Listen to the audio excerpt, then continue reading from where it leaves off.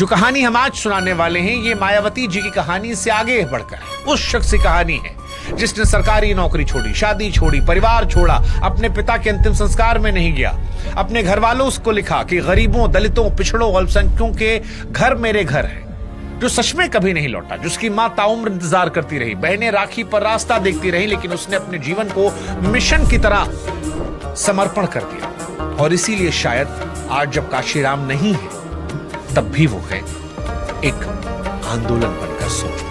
Power will be product of struggles.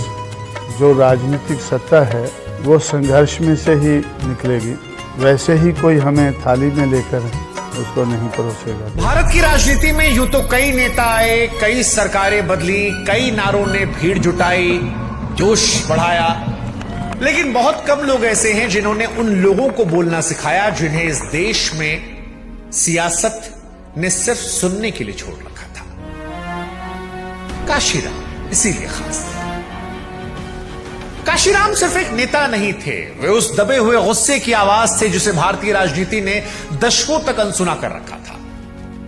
Punjab से आने वाले काशीराम के पीछे ना कोई राजनीतिक विरासत थी, ना धनबल था, ना मीडिया की चमक दमक, लेकिन एक ऐसी समझ थी जिसने सत्ता की नींव हिला दी, जो आज उनके जाने के बाद भी अमल कर रही है, क्योंकि उन्होंने इस देश को एक ऐसी सच्चाई से रूबरू कराया जिससे राजनीति हमेशा बच रही थी कि करोड़ों लोग जिनकी संख्या भारत में है, उन्हें सत्ता से इसलिए दूर रखा गया क्योंकि उनको कभी उनकी पहचान ही नहीं दी गई।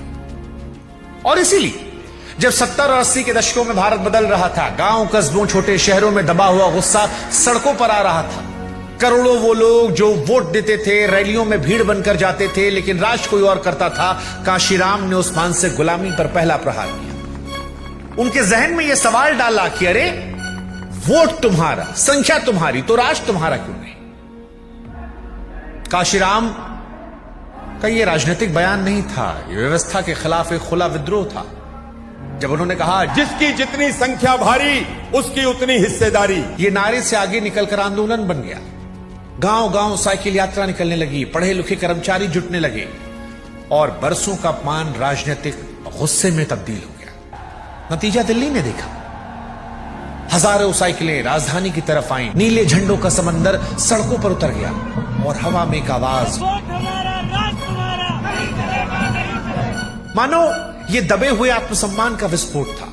पहली बार वो समाज सत्ता की आंखों में आंखें डालकर खड़ा था और वहीं काशीराम बुलंद आवाज में कह रहे थे, राज कोई देता नहीं है, राज लिया जाता है।